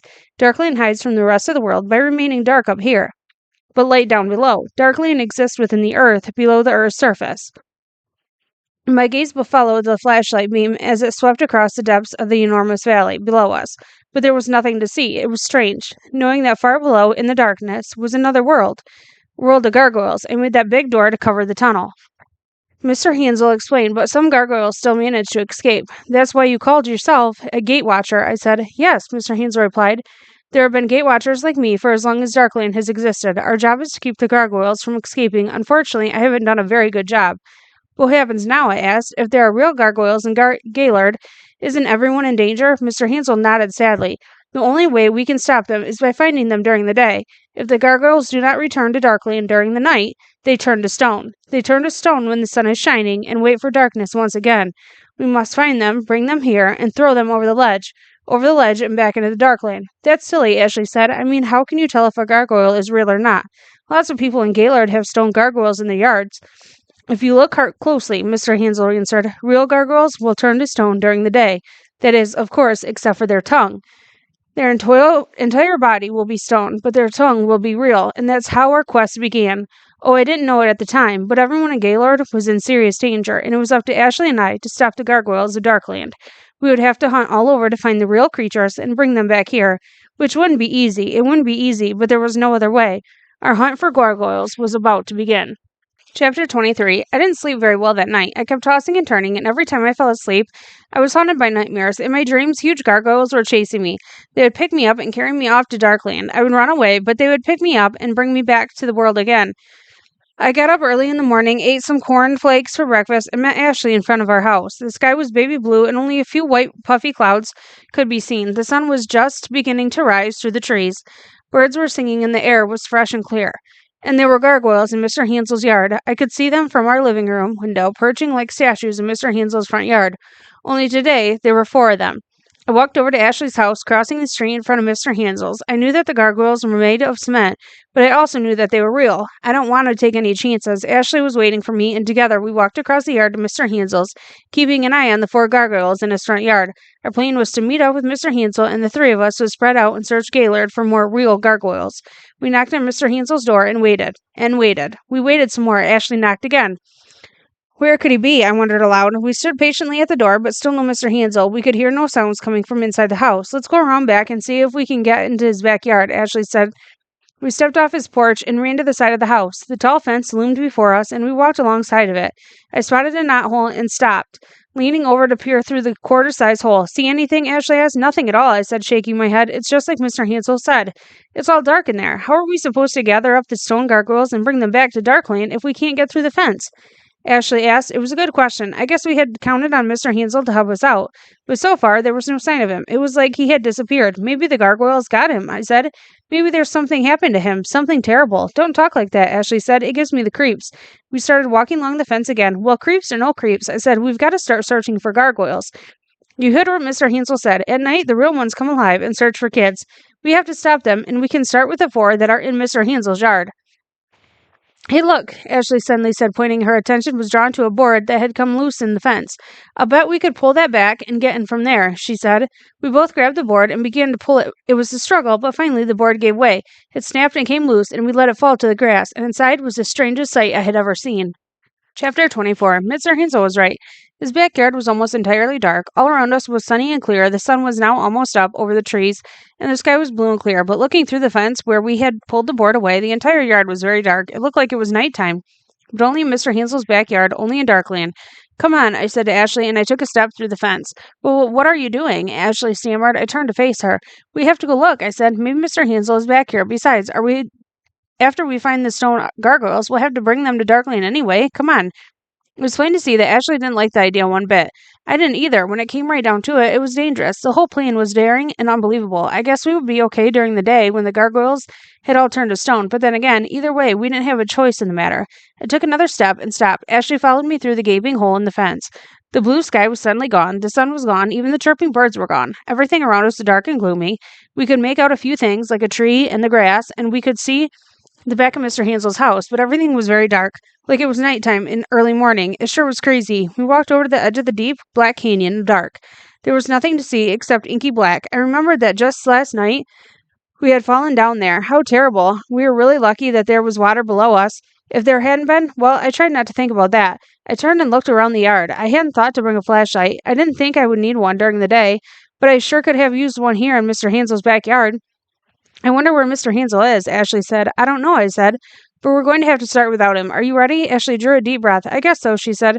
Let's start with the gargoyles that are in Mr. Hansel's front yard, I said. Without another word, we walked over to the fence and slipped back through. Instantly, we were in the sunlight once again, and the morning was clean and bright. We walked around Mr. Hansel's house and saw the 4 gargoyles sitting in the front yard. Come on, I said, and we walked slowly, approaching the gargoyles with caution. When we were a few feet away from them, Ashley stopped. I'm scared, she said. Me too, I said, turning to face her for a moment. I turned back and looked in the gargoyles, but you heard Mr. Hansel said, during the day, the gargoyles are harmless. They can't hurt us. Yeah, but still, Ashley said, not finishing her sentence. She got brave and took a few steps, and we both crept the last few feet. We were standing right in front of the gargoyles. They looked ugly and mean, and their huge bug eyes seemed to glare at us. Their claws were sharp and pointed, and I shivered when I remembered that Ashley and I had both been captured and carried high into the air. We were very lucky that we had been able to escape Darkland. All of a sudden, Ashley drew a deep breath, and her hand flew up to cover her mouth. Corky, look, she whispered. I looked closer at the gargoyle. Mr. Hansel had been right. The gargoyles had turned to stone, all right, all except for their tongues. All of their tongues were real. Chapter 25. It was the freakiest thing I have ever seen in my life. The entire gargoyle was made of gray-colored stone, but inside its mouth was a real tongue. It looked just like you would think a gargoyle's tongue would look like. It was pink and long, and it moved. It seemed so slowly wagged back and forth. The creature itself was completely motionless, but its tongue was very much alive. Just like Mr. Hansel said, Ashley shuddered and took a step back. I did the opposite. I took a step forward, closer to the gargoyle. I reached my hand out and touched its arm. There was no surprise, no shock, nothing. It was made of stone, cold, gray cement. Come on, I said to Ashley. Help me lift it. What? Ashley cried. We can't lift that thing. It weighs a billion jillion pounds, I bet. Well, we won't know until we try. Come on. Reluctantly, Ashley took a step forward. I wrapped my arms around the gargoyle, and Ashley stepped to the other side of the creature and placed one hand under its arm. On 3, I said 1, 2, 3. I drew a deep breath and heaved. Ashley heaved. We heaved so hard we almost fell flat on our backs. But most amazingly of all, we picked up the gargoyle. It didn't hardly weigh anything at all. The creature was very easy to lift. Wow, I said after gaining my balance, this is easy. I thought he would have weighed a lot more, Ashley said. So did I replied. Come on, let's take it into Mr. Hansel's backyard. Together, we carried the huge creature across the yard. I was really nervous, thinking that at any moment the creature might come alive and grab me. I also wondered if it knew what was going on right now. Was it aware that we were carrying it back to the Darkland? Was it sort of awake but powerless to do anything? I had no idea. Besides, right now, I was more concerned with getting the gargoyle through the fence and into Mr. Hansel's backyard. Back to Darkland. Careful, Ashley said as we approached the fence. It took a bit of squirming, but we were able to carry the gargoyle through the fence. Once again, we were in the darkness. We could see a little bit, but we went slow. Okay, I told Ashley, we're almost at the ledge. We stopped. Ready? I asked. Yep, Ashley answered, and with that, we heaved the gargoyle into the darkness over the ledge. Suddenly, the air below the ledge was filled with the sound of flapping wings. A loud screech echoed through the darkness. The gargoyle had come alive. Ashley and I stood near the ledge, too afraid to even move. We could see his large shape swooping in the air just below the ledge. It looked like it was trying to fly higher, to fly above the ledge, but it couldn't. After a few turns, it spun downward into the darkness and out of sight. It worked. One down, more to go. Ashley said. Yeah, I agreed. Come on, let's get those other three. We turned and began to walk toward the fence, but stopped cold. There was a noise coming from the tunnel, the same tunnel that we had used to escape Darkland, the same tunnel that the gargoyles had been using to escape. There was a noise coming from the tunnel, and now the door was opening up. Chapter 26. We froze. There wasn't time to run, and even if we did, we wouldn't have made it to the fence in time. I've seen gargoyles move, and they're fast. Suddenly, the door burst open. Mr. Hansel, and the sight of us, he jumped, and his eyes had popped out of his head. He instantly relaxed. What are you doing here? He asked, climbing up out of the tunnel. We were looking for you, I replied. We knocked on the door of your house, but you weren't home. We've already brought one of the gargoyles back to the Darkland. Good, he said, closing the door to the tunnel. Then he closed a latch and made a loud clicking sound. That ought to do it, he said. What were you doing down there? Ashley asked. I went down in the tunnel all the way to the opening. I double bolted the door from the inside, and I put this new latch on this door just this morning. Let's just say we won't have a problem with the gargoyles escaping. I was relieved to hear him say that, but we still had a big problem. There were still gargoyles all over Gaylord. True, most of them were only stone statues, but some of them were real. Some of them were stone during the day, but could come alive at night. They came alive at night, searching for children to bring back to the Darkland. We had to stop them. We just had to. Let's get started, Mr. Hansel said, and then he noticed the fence where we had pulled the board away. Sorry, I offered, but it was the only way we could get into your backyard. The board was already loose. Mr. Hansel shrugged it off. No bother, he said, but there's a gate over here. It's a little easier. We followed him across the dark yard, and when we reached the fence, he reached out, lifted a wood latch, and swung open a gate. He stepped back and let us through, and once again, we were standing in bright sunshine. Too weird. Mr. Hansel closed the fence behind him. How are we going to find the gargoyles that are real? Ashley wondered aloud. They would be anywhere. Yes, they could be, Mr. Hansel said, but they usually stick together. There's 3 left in my yard, and I think there might be a few more somewhere around Gaylord. Somewhere around Gaylord? I asked. We'll never be able to find them all before tonight. Mr. Hansel looked grim. True, he said, but we have to try. Let's get these 3 in the yard, and then we'll split up and look for more. Suddenly I felt silly. For as long as I could remember, I had always thought that Mr. Hansel was just a weird old man. Just because everyone had told me that he was strange, I just believed it. Sure, he might look a little odd, but now that I knew him better, it was plain to see that he was just a normal average man, with messy gray hair, of course. It didn't take us long to carry the 3 gargoyles into his backyard. They looked very heavy, but actually, they were pretty light. Mr. Hansel could even carry one all by himself. When we tossed them over the ledge, they suddenly came alive, flying about just below us. It looked like they were trying to fly above the ledge, but for some reason, they couldn't. Soon, they just disappeared in the darkness. Okay, Mr. Hansel said after the last gargoyle had been returned to Darkland. Time for the real work to start. The hunt was on, and the real work was about to begin. Chapter 27. Ashley and I had no idea where to begin. The gargoyles could be anywhere. The creatures like to stay together. Mr. Hansel assured us they feel safe when they're together. That's why I don't think they spread out all over the place. I think all of the gargoyles, the real ones anyway, will be within a few blocks from here. How many do you think there are? Ashley asked. I'm not sure, Mr. Hansel said, shaking his head. Probably not many, but just one is too many. Just one gargoyle has the power to bring stone gargoyles to life just by touching them. If we miss one, then he can make other gargoyles come to life, and in turn, those gargoyles can bring others to life. If we don't get them all done today, there might be dozens more by tomorrow. Ashley and I were silent. I couldn't imagine dozens of gargoyles sweeping over the skies, of gargoyles searching for children. We split up, each of us taking a street. Our plan was to scour the yards and search for real gargoyles, the ones with real tongues. When we found us, would find each other and bring the gargoyle back to Darkland. I know it sounds crazy, but that's what we were doing. I thought that I might even write a book about it someday. As luck would have it, I was the first one to find a real gargoyle. It was in the front yard of a house, not too far from where I live.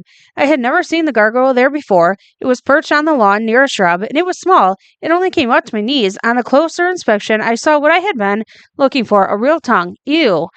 I looked around up and down the street, but I didn't see any sign of Mr. Hansel or Ashley. I decided that since the gargoyle was so small, I could take care of him myself. I reached down and picked up the gargoyle, but the wings, he was light and very easy to lift. Suddenly, someone was shouting at me. Hey, I heard a loud voice shout.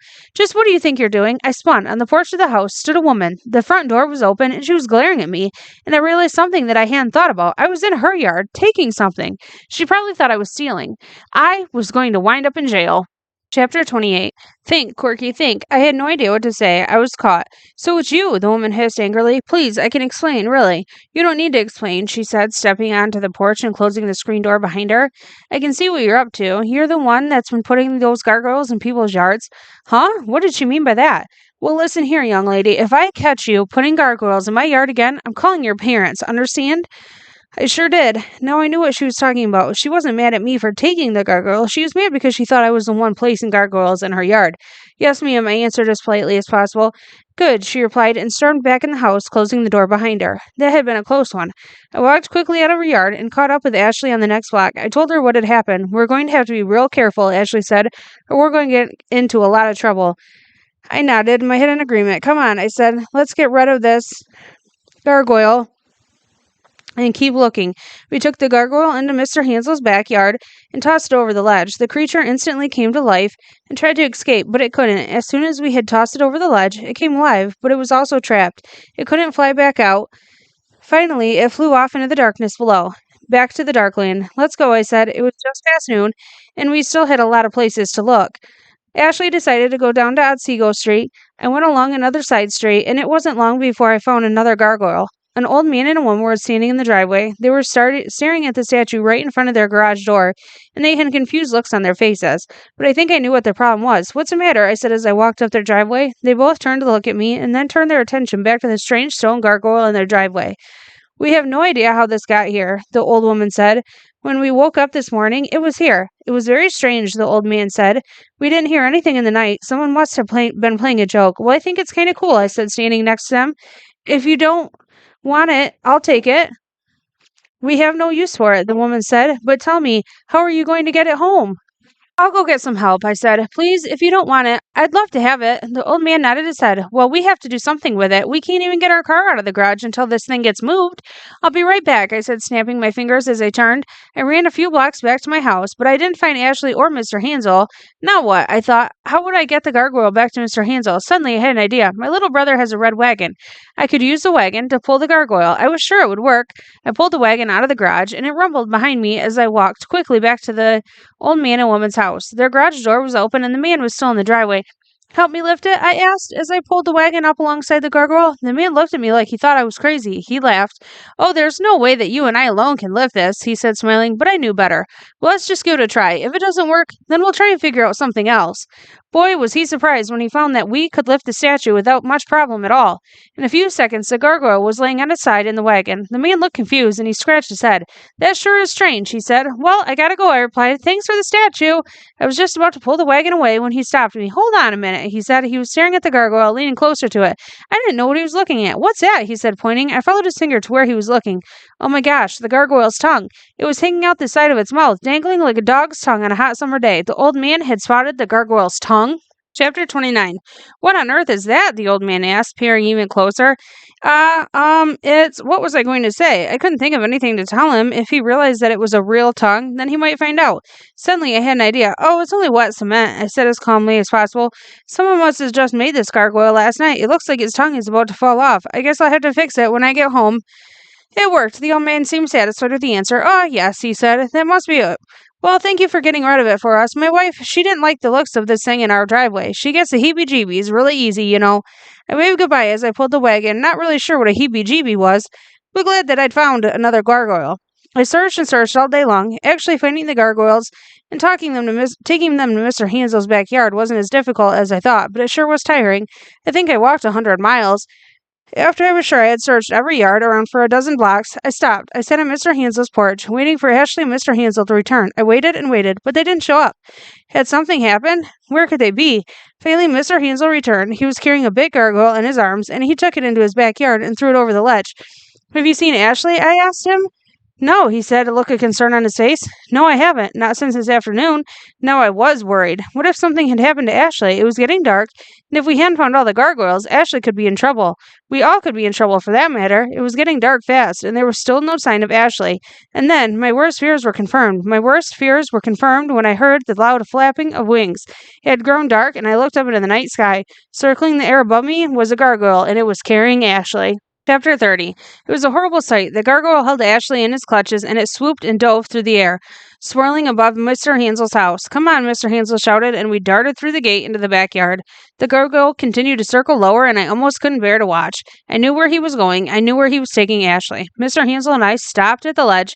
It was difficult to see, but the loud flapping of wings told us that the gargoyle and Ashley were close. Suddenly, the gargoyle was right in front of us. He was huge. He flapped his wings, and we could feel the whooshing of air as they swept up and down. Let me go, I heard Ashley shout into the darkness. Let me go right now.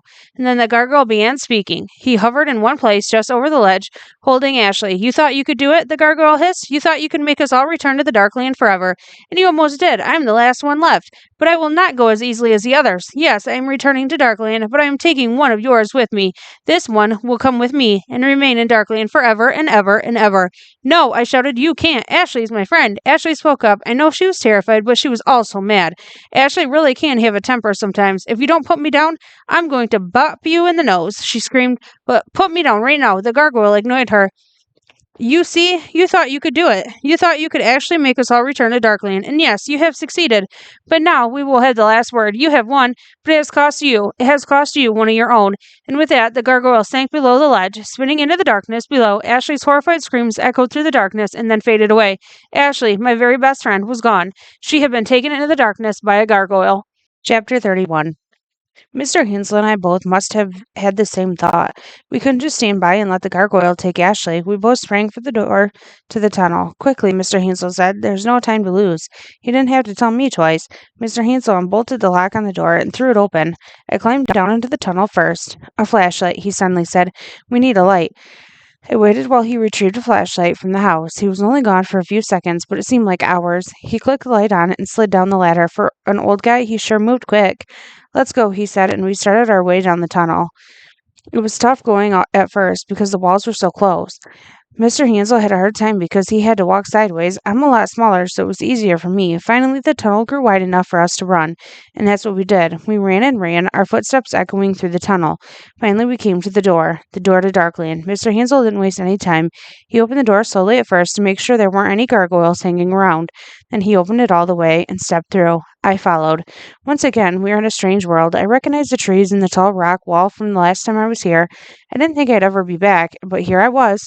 The sky was gray and dark, and everything looked spooky. All of a sudden, a movement caught my eye. Ashley. She was on a ledge that stuck out from the rock wall. She had spotted us, and she was waving frantically.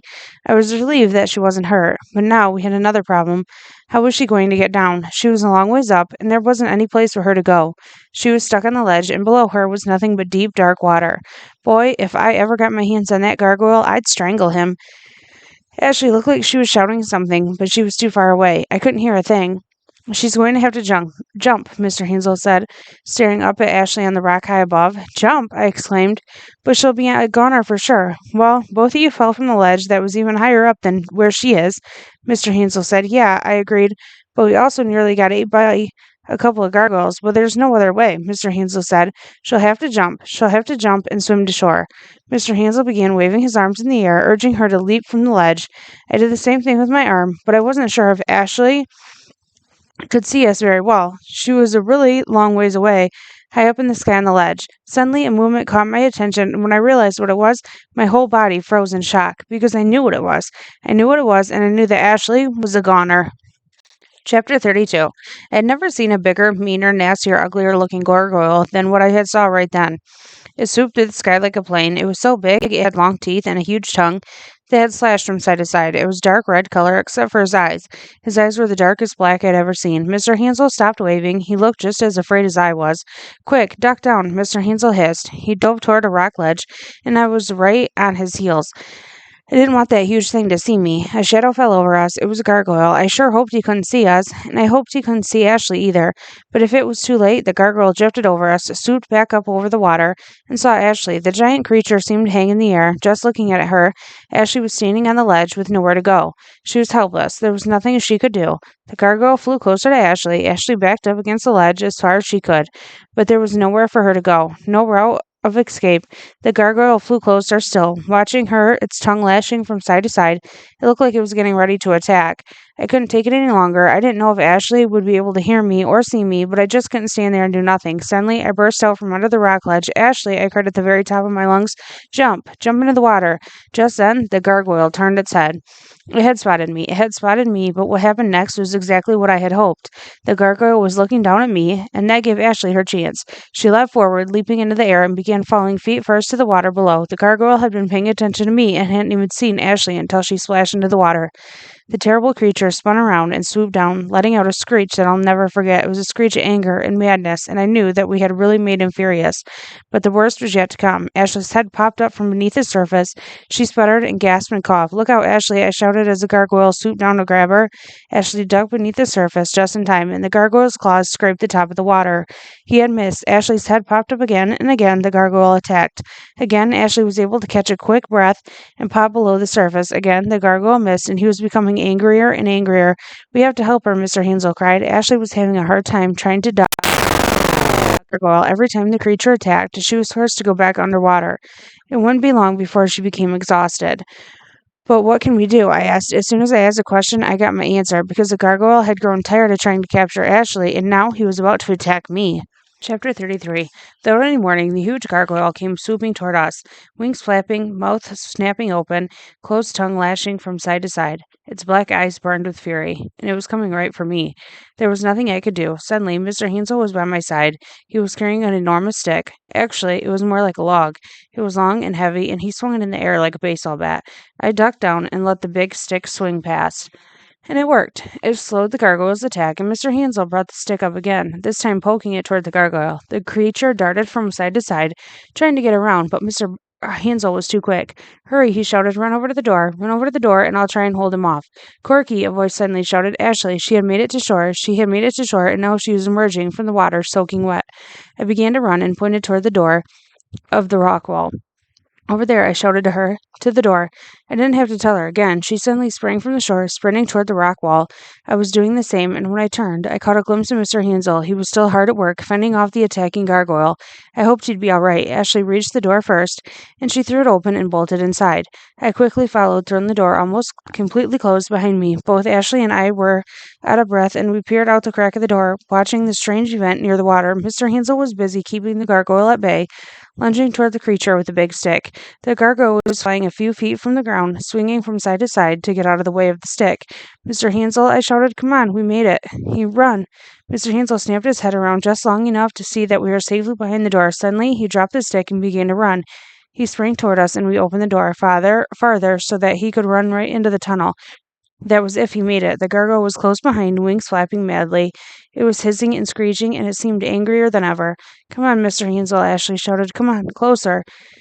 "You're almost here," I shouted. "Faster." I threw the door open, and Mr. Hansel bounded inside. The gargoyle was right behind him, but Ashley and I grabbed the old wood door and pulled as hard as we could. The door slammed shut just as instant before the gargoyle would have reached us. Mr. Hansel was panting and out of breath. He reached out and pulled the bolt across the door and locked it. Just beyond the door, in Darkland, we could hear the gargoyle screeching in anger. It flew around and near the door for a few minutes, until finally there were no more sounds. The gargoyle had left. We walked in silence back up through the strange rock tunnel. Not one of us said a word. The only sounds were our feet echoing off the stone wall. Finally, we were at the ladder. Ashley was first, then me, then Mr. Hansel. Once again, we were in Mr. Hansel's backyard, standing in the gloomy darkness. "That was close," Ashley said quietly. "Too close," I said, nodding my head. "Way too close." Mr. Hansel closed the door and locked it. "Yes, but now we'll never have to worry about gargoyles ever again," he said. I wasn't sure what he meant. "What do you mean?" I asked. "Can't the gargoyles escape? Won't they still be able to get out?" Mr. Hansel shook his head. My job is finished here, and yours too. It is time for me to return. Huh? Return where? You see, he continued, as the gate watcher, it is my responsibility to bring all the gargoyles back to Darkland. Only when all the gargoyles have returned can I go back home myself. Home? Ashley asked. But you are home. She waved her arm around, indicating where he was. This is your home. Mr. Hansel shook his head. Yes and no. He said, I have lived here on Earth, in this home, simply to finish my job. Now that my job is done, I can return. I was puzzled. Return? Return to where? Why, to Darkland, of course. And with that, he took a step back. Allow me, he began to show you something. Don't, do not be afraid. I know this will be hard to believe, but what was about to happen was even stranger and more terrifying than anything I had seen so far. Chapter 34. Because Mr. Hansel began to change, his body began twisting and turning. His arms grew thicker, and so did his legs. Wings began to sprout out of his back. His face grew wide, and his nose turned up. It didn't take a rocket scientist to figure out that Mr. Hansel was changing into a gargoyle. It was crazy. Ashley and I both took a step back, and then another, then another. We stopped. So did Mr. Hansel. I don't know how long we stood there, nothing, looking at each other. I could feel my heart thumping in my chest. I could held my breath. Now you know, Mr. Hansel said, I am a gargoyle. I know I told you that I wasn't, but at the time, it would have frightened you too much. Now that all the gargoyles have returned to Darkland, I can go there myself. It is time for me to go home. This was all too crazy to believe, and yet somehow it made sense. But I thought all gargoyles turned to stone during the day, I said. Mr. Hansel nodded his gargoyle head. Yes, you are right, he said. But the gate watcher can take the form of a human. When I do, I am no longer bound by the laws of gargoyles. I had a lot of questions that I wanted to ask, but it didn't look like I would get them answered because Mr. Hansel suddenly began to flap his wings. He took to the air and hovered above us. It is time for me to return, he said. I must say goodbye. Wait, I shouted. Wait, I want to ask you. But it was too late. Mr. Hansel was already flying off. He took one last look at us before slipping over the ledge into Darkland. Ashley and I ran to the edge of the canyon in the backyard just in time to see the big gargoyle shape of Mr. Hansel disappear into the darkness below. Did this just happen? Ashley asked. I think it did, I said, still staring into the dark depths. But this is just too weird. Imagine, Mr. Hansel was a gargoyle all along. We stood at the edge for a few more moments, just gazing down at the darkness. Come on, I said finally, let's go. We walked through the dark yard and opened the gate. Sure enough, as soon as we stepped out of the backyard, the late evening sun was shining down. Crazy, totally crazy. I gotta go home before I miss dinner. Ashley said, Yeah, me too, I replied. Are you going to tell anyone about this? She shook her head. No way, she answered. No one would believe me anyway. They'd think I was nuts. Me too, I said, but I'm glad it worked out. I'm glad Mr. Hansel was able to go home. Yeah, Ashley said, see you tomorrow. Yep, I said, watch out for gargoyles tonight. I laughed, and so did Ashley. She turned and walked across Mr. Hansel's front lawn, then across her own lawn to her house. I turned and began walking home. The sun was still up, but it had fallen beneath the trees, and it was growing dark quickly. Still, when something caught my eye in my front yard, I could see what it was. I froze. It can't be. I thought, it just can't be. It was. On the grass in our front yard was a great, big, ugly gargoyle. Chapter 35. I stopped. I stared. I couldn't move. A lump formed in my throat. This can't be, I thought. All the gargoyles have returned to Darkland. That's why Mr. Hansel was able to go home. I skirted my yard, keeping my eye on the gargoyle, creeping along in front of the house. I tiptoed over to the porch and slipped inside. Mom was watching TV. There you are, she said. I had to tell her. I had to tell her what was in the yard. Mom, I began, have you seen what's in our front yard? Mom looked puzzled for a moment. Oh, that, she said, laughing. Your father bought it at a garage sale today. Isn't it the ugliest thing you've ever seen? I nodded. Yeah, I said, it's gross. He's not leaving it there. I think he's going to put it out back in the garden tomorrow morning. I told Mom that I was tired and that I was going to bed, but there was one thing that I needed to do first. I took the flashlight from the kitchen drawer and slipped back outside. I had to know. I had to know for sure that the gargoyle wasn't real. I clicked on the flashlight and walked across the lawn, approaching the gargoyle from behind. It was completely dark by now, and crickets whirred into the cool night air. I tiptoed slowly through the damp grass. Slowly. Almost there, I shined the light on the huge beast as I walked around to face it. It sure was ugly. I drew a deep breath, leaned closer, and shined the flashlight into the mouth of the gargoyle. The tongue was made of... Chapter 36. Cement. Well, it was only a statue after all. A wave of relief rolled through my body, and I smiled. Thank goodness, I thought, clicking off the flashlight and walking back to the house. Thank goodness. When I woke up the next morning, I bounded right up out of bed and went to my window. I guess I expected to see another gargoyle in the yard, but I didn't. Later that day, I met Ashley in the park, and talked about our mysterious adventure. We both agreed that it was probably the strangest thing that has ever happened to either one of us. But another strange thing was about to happen. When we walked home, there was a large moving van parked in front of Mr. Hansel's house. There were people unloading things and carrying them into the house. What in the world was going on? Then I spotted them. Three kids, about our age, one girl and two boys. Actually, one of the boys was a lot younger than us. They were running through the yard. Suddenly, they all disappeared into Mr. Hansel's backyard. Oh no, I said to Ashley. We've got to go warn them. We ran across the street and bolted through the yard. Someone said hello to me, but I didn't stop to answer. We had to get to Mr. Hansel's backyard before it was too late. But when I reached the fence and ran through the gate, nothing happened. There was nothing there. I stopped. So did Ashley. We were looking at a normal, everyday backyard in the city of Gaylord. There was a grass and a couple trees and a bird bath. It wasn't dark like it had been yesterday, and there was no sign of darkland. There was no ledge that dropped off into darkness, no door that went to a secret tunnel. It looked just like our backyard looked. Hi, I heard someone shout. I turned. A girl was walking toward us. Hello, I said. Are you moving in? She finished. Yep, she smiled. We just got here. I'm Corky, I said, and this is my friend Ashley. Hi, she said. I'm Aaron Barnes. Those are my brothers over there. She pointed to the two boys running through the yard. The oldest one spotted us and came over. Hi, he said, and we introduced ourselves to him. His name was Kevin. His younger brother was Bobby. You're moving in? I asked. Today? Sure, Kevin said. Aaron nodded her head. I guess I was just waiting for something to happen, for a gargoyle to come swooping out of the sky and snatch one of us away. But nothing happened. My dad knows the guy who used to live here, Kevin said. That's who we bought it from. Even more strange, I didn't think anybody knew Mr. Hansel. As it turned out, we were all to become good friends. Aaron was a couple years older than me, Kevin was 12, and we got along great. Bobby was only 6, and he spent most of his time playing in the yard, doing things that all 6-year-olds do. One day I almost told Kevin about the gargoyles. Kevin had spotted the gargoyle in our garden, the one Dad bought at the garage sale. That's kind of cool, he said. Maybe one day I'll tell you my gargoyle story, I said. It's really strange. It's strange, weird, and spooky all rolled into one. I've got a story like that, Kevin said, and it happened just a few weeks ago, before we moved here. Really? I said, like what? Well, my family went camping in St. Ignace. It's a city on the other side of the Mackinac Bridge. I knew where the Mackinac Bridge was. It was the bridge that connected Michigan's Upper and Lower Peninsulas together. What happened? I asked. Well, first of all, Aaron and Bobby and I got lost in the woods, and I mean lost. Totally. How did you find your way back? I asked. I really wanted to know, just in case I ever got lost in the woods. Kevin looked around to make sure no one was even listening. Well, I know this is going to be hard to believe, but we were helped by an Indian spirit. He said, Want to hear about it? Are you kidding? I replied. Start from the beginning. And so he did.